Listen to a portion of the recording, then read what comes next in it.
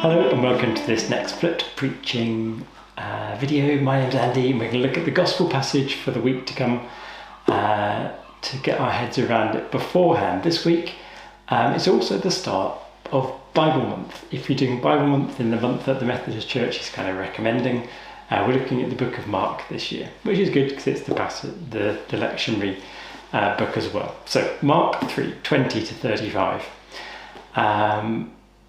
You might remember a while ago when we started off the book of Mark, we had the stories of John the Baptist, and John said something quite strange which we're going to come back to today. He said that there's one coming after me who is stronger or more powerful, but stronger is the more literal word.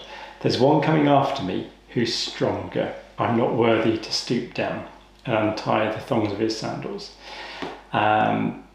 Talking about Jesus, of course. Now, in today's passage, we get to find out what that was all about, that idea of Jesus being the stronger one. It's a passage which is a kind of sandwich. So we've got the story of Jesus getting grief from his family at the start and at the end. And in the middle, we've got a bit which is seemingly unrelated but kind of ties together. We have the scribes who are criticising Jesus for blasphemy, and there's a bit about blasphemy at the end of this middle chunk. But the very middle bit, which is therefore the focal point, is this thing about Satan being like a strong man. And it says, no one can enter the strong man's house and plunder his property without first tying up the strong man. Then indeed the house can be plundered.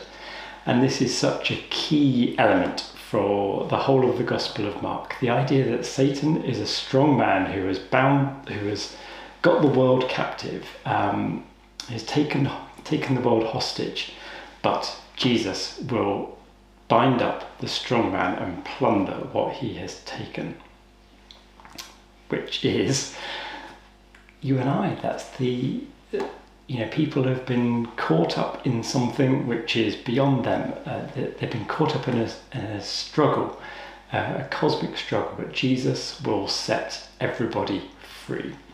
In the book of Isaiah, there are a couple of ideas, a couple of sort of original prophecies which come to light here. So Isaiah 49, can the prey be taken from the mighty, or the captives of a tyrant be rescued? Which is a rhetorical question, because the answer is yes. Even the captives of the mighty shall be taken, and the prey of the tyrant shall be rescued. In Isaiah 61, near the end of the book of Isaiah, the Spirit of the Lord God is upon me. The words that Jesus said at the start of his ministry in Luke. To proclaim liberty to the captive and to release the prisoners. So you and I, we are captives. Everybody in the world is a captive. Some people are perhaps seem freer than others, but everyone is kind of caught up in something. Everyone's being held hostage, but Jesus will set everybody free. He will tie up the strong man and release us. So some question that I think that's what this passage is getting at, and it's really important. And it's quite easy to miss that in the midst of all the strange language. So some questions. Firstly, why were Jesus' family so against him, do you think? I didn't really sort of talk about that. There's just as a little bonus, there's a little bit of a thought that Mark was a bit of a rival enemy of James, who was the brother of Jesus and the leader of the church in Jerusalem in those early days. So in some ways, Mark might be having a bit of a dig at James, the brother of Jesus, in this passage. Perhaps that's what's going on behind the scenes. Anyway, why do you think Jesus' family was so against him?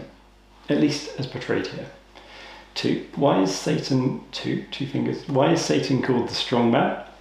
3, what does it mean that Jesus will plunder?